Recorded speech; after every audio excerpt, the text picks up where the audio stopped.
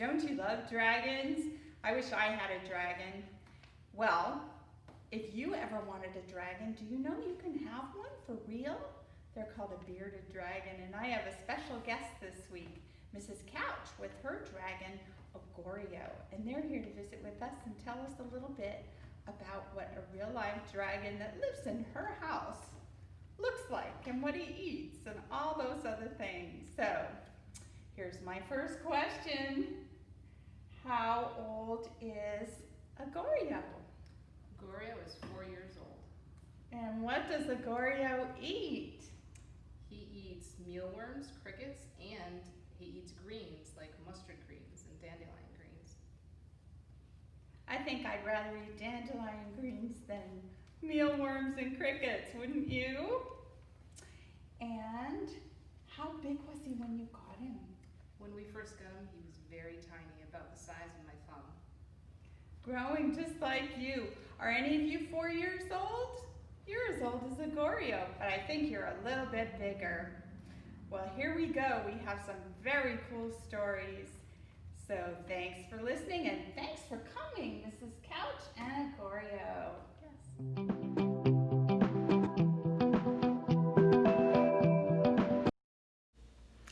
A Dragon Moves In, written and illustrated by Lisa Falkenstern. Published by Marshall Cavendish Corporation. It was spring, so Rabbit and Hedgehog packed a picnic and settled in a sunny spot.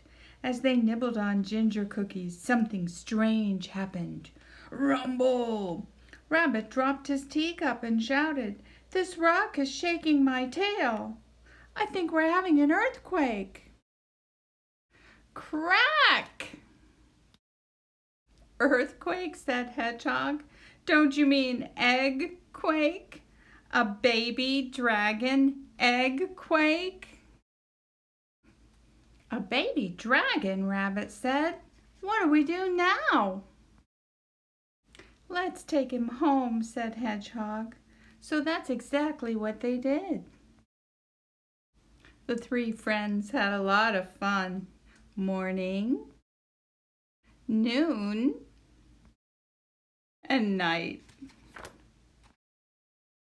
But soon Rabbit and Hedgehog realized there was a growing problem. Their friend was getting bigger and bigger until one day he became so big he got stuck. He can't get out, cried Rabbit. What shall we do? I have an idea, said Hedgehog. Tug on his nose. So Rabbit tugged and tugged and tugged some more. Oh no, he's still stuck, cried Rabbit. I have a better idea, said Hedgehog. Pull on his tail. So Rabbit pulled and pulled and pulled some more, and suddenly, bang, bam, boom! Uh-oh, Rabbit, said Hedgehog. I think you pulled too hard. Oh dear, Rabbit said, look at our house. What do we do now? I have a great idea, said Hedgehog. Let's build a new house and make it big enough for all of us, said Rabbit. So they all worked together until their new house was finished. Now can we go back to having fun, asked Rabbit. You have the best idea yet, said Hedgehog. And that is exactly what they did.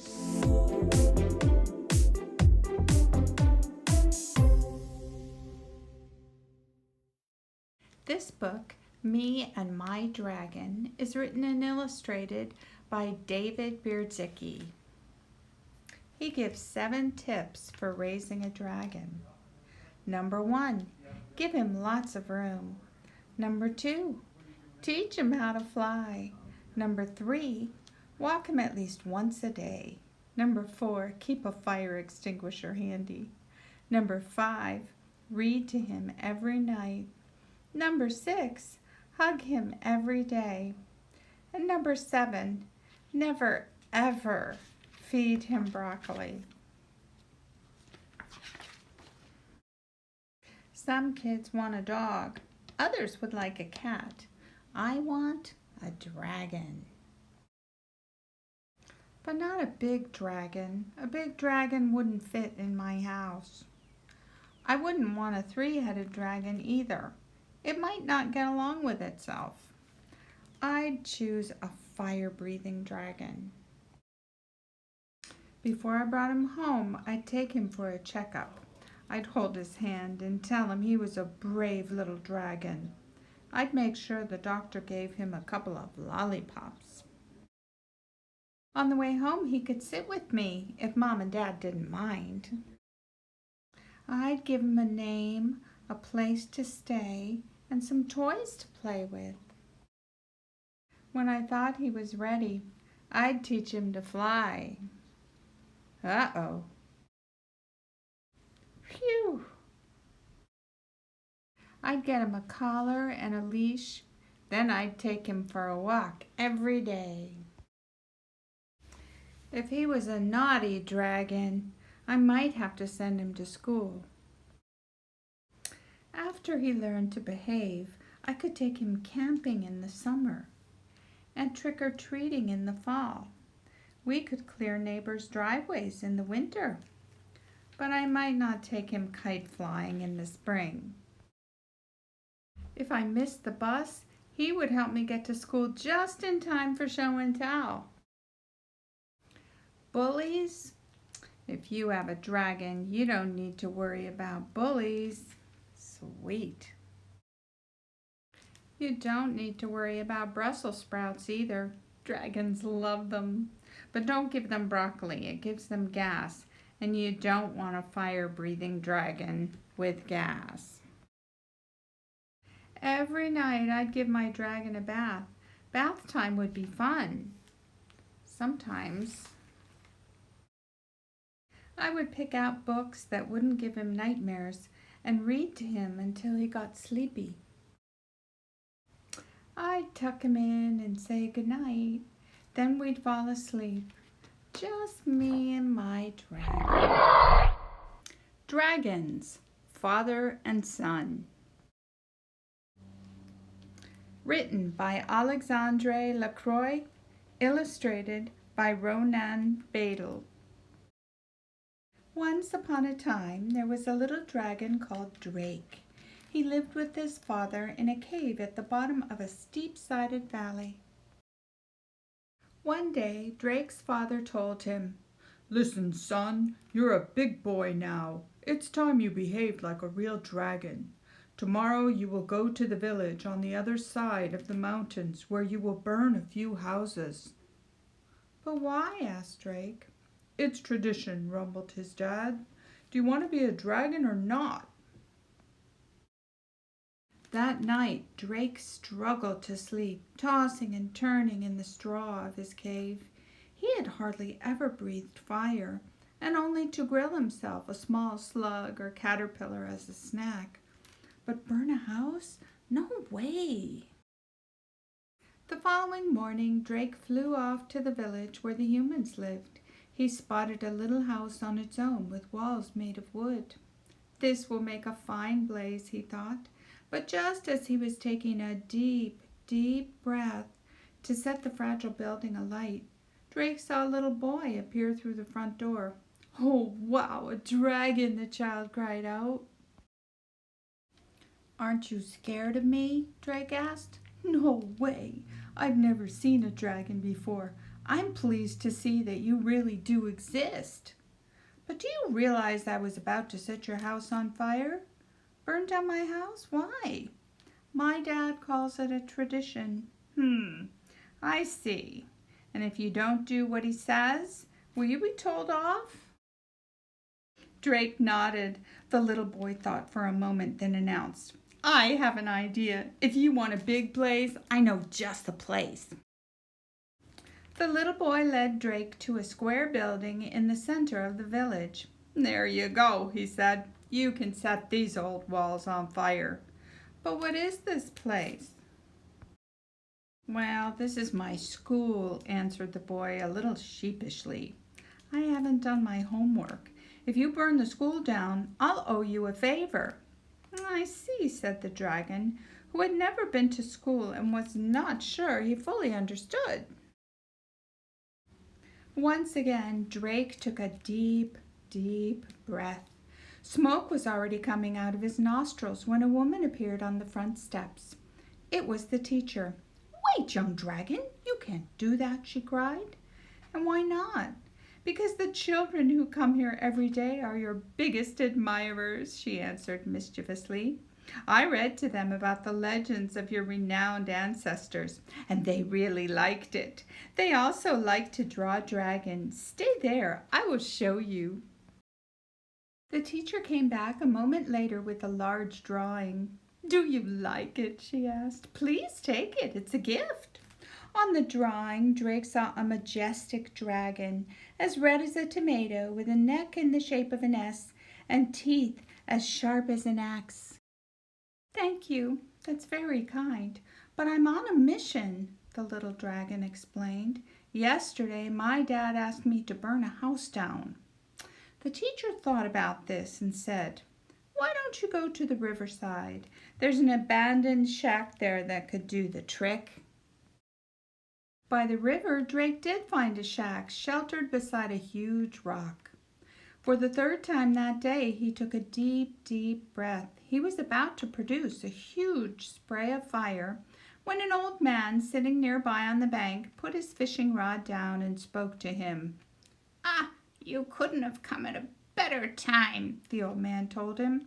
You see, I've caught 12 magnificent trouts, but I haven't got a single match. If you help me cook my lunch, I'll promise you a feast that you won't forget. Why not? Agreed Drake, who was a little hungry. The fisherman, who kept a few things in the old shack, went inside to look for a bag of coal and a barbecue on wheels. Drake blew over the coals, sparking long flames which roasted the fish. With their feet soaking in the river, they enjoyed a delicious meal. When Drake flew home, the little dragon's father was waiting impatiently for him. So, tell me everything, Drake. What did you do? I hope you burned down the village. Well, as it happens, I didn't burn down a single house. Why not? Cried his father. Well, because I didn't want to upset the villagers. They were all really kind to me. Hearing this, Drake's father exploded with anger. What is this? Making friends with humans? What's going to become of us if they no longer fear us? They're ferocious creatures. No, Dad, you're wrong. Look at the gift they gave me. And Drake showed him the drawing. What is it? It's a portrait of you, of course. You're their biggest hero, said Drake, who had learned a lot from the humans about being smart. Drake's father had to admit the portrait was quite magnificent. Across his face a small, proud smile appeared. Perhaps it was better to be admired than feared, after all. The end. Not Your Typical Dragon by Dan Barrell, illustrated by Tim Bowers. A Viking Press book. Crispin Blaze was born into a proud family of fire-breathing dragons. Every blaze breathes fire, explained his father. I breathe fire. Your mother breathes fire. Tomorrow, when you turn 7, you'll breathe fire too. The little dragon imagined all the forests he would burn down. He dreamed of all the castles he would destroy. He also considered boiling water to make tea, but he didn't tell his father that. The next day, Crispin sat among family and friends as a big cake was brought to the table. Who will light the birthday candles? His mother asked. I will, declared Crispin. He could feel a tingling inside his tummy, but when he opened his mouth, fire did not come out. Whipped cream came out. Crispin, shouted his father. Dragons breathe fire. What will the neighbors think? Worried his mother. I love whipped cream, said his little sister, Ashley. The little dragon was whisked off to the doctor the very next day. Please fix my son, demanded Crispin's father. What seems to be the problem? Asked the doctor. Crispin opened his mouth and breathed. But fire did not come out. Band-aids came out. I see, said the doctor gravely. Dragons should breathe fire, insisted Crispin's father. We were low on band-aids, mumbled the nurse. The doctor sent Crispin home with medicine. He swallowed 2 teaspoons before going to school. It will help you become a real dragon, said his father with a wink. After school, Crispin joined his first fire-breathing practice. One by one, little dragons aimed their fiery breath at stacks of logs until they burst into flames. Crispin stepped up confidently. He could feel the medicine bubbling in his belly, but when he opened his mouth, fire did not come out. Marshmallows came out. Dragons breathe fire, yelled the coach. Isn't that right, class? The other dragons didn't answer. They were too busy looking for pointy sticks for marshmallow roasting. I guess I'm not a real dragon, Crispin thought. He worried that his family would be disappointed. So he ran away from home. The world can be a scary place for a little dragon who can't breathe fire. Crispin found a dark cave. I'll be a fireless dragon all by myself. I won't bother anyone, and no one will bother me. An hour later, he had a visitor. I am Sir George, squeaked a thin, shiny knight. Show yourself, dragon. Crispin shuffled out of the cave. The thin, skinny knight held up his thin, shiny sword. Do your worst, dragon. Crispin opened his mouth, but fire did not come out.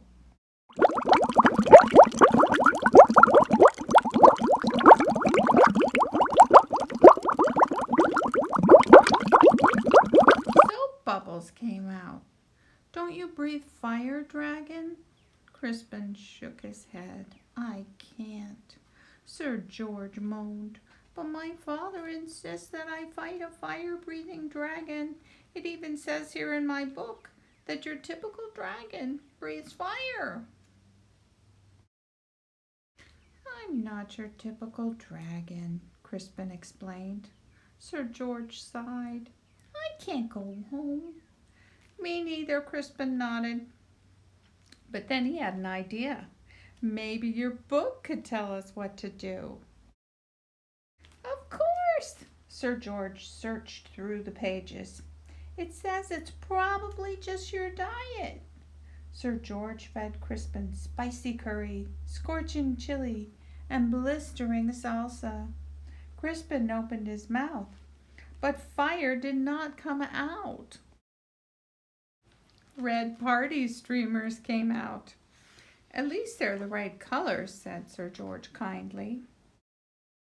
Sir George searched through the book again. It says it's probably your attitude. Sir George showed Crispin how to look mean and angry enough to breathe fire. Crispin opened his mouth, but fire did not come out. Soft, cuddly teddy bears came out. Said Sir George. We seem to have taken a step backwards. It's no use, Crispin sighed. I'm just not your typical dragon. But Sir George was not ready to give up. The book says you're too stressed.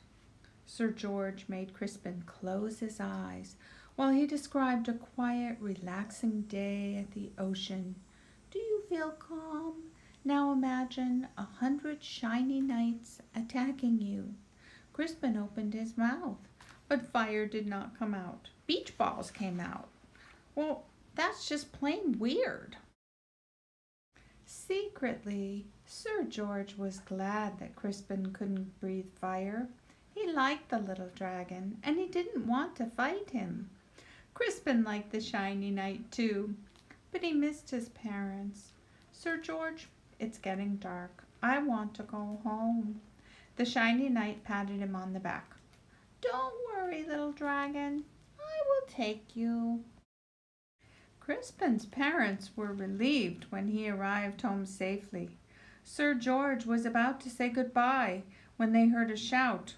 There you are, boy! Why on earth are you playing with a fire-breathing dragon? He's my friend, Father, whispered Sir George, and besides, he doesn't breathe fire. A dragon that doesn't breathe fire? That's the silliest thing I've ever heard. The shiny man laughed. Crispin's father stormed out of the house. My son is not silly. He may not breathe fire, but I certainly do. Crispin's father let out a powerful spray of flames. Do your worst, dragon, declared the shiny man. But then the flames scorched the lawn. That's enough, honey, said Crispin's mother. The flames singed the fence. You've made your point, dear. Now stop showing off, she scolded. And then the flames ignited the roof. Crispin's father panicked. I can't stop breathing fire. You'll burn our house down, cried his mother. You'll burn down the whole neighborhood. Dragons came running from all directions. They knew how to start fires, but no one knew how to stop them. Crispin suddenly felt a tingling in his tummy. He felt a bubbling in his belly. He opened his mouth, but fire did not come out. A gush of water shot out. Crispin aimed the water at his father's flames. He saved his home, and he even saved the shiny man, who wasn't looking so shiny anymore. Hooray for Crispin, everyone shouted. On Crispin's next birthday, there was a big party. Family and friends came from all over the land. Sir George and his family came too. Lots of dragons were dancing. Crispin stood with his mouth wide open. Fire did not come out. Music came out instead. Your son, said an old uncle to Crispin's father. He's not your typical dragon, is he? No, replied Crispin's father proudly. My son is something special. And then he jumped up and danced to Crispin's music too. Gorio's back. Thought you'd want a closer look at this lovely guy. Here he is, and I think he's getting ready to maybe eat. That's a mealworm. He's not that hungry right now, but let's see if we can get his tongue out. There it is. What do you think? You ready for a mealworm? It's not covered in chocolate, but I bet it's yummy. So Gorio doesn't actually eat all that much, but he loves mealworms. So let's see. You can see his beard is turning a little bit dark. He's a little nervous being in the library, having everybody watch him eat. There he is. Bye, Gorio.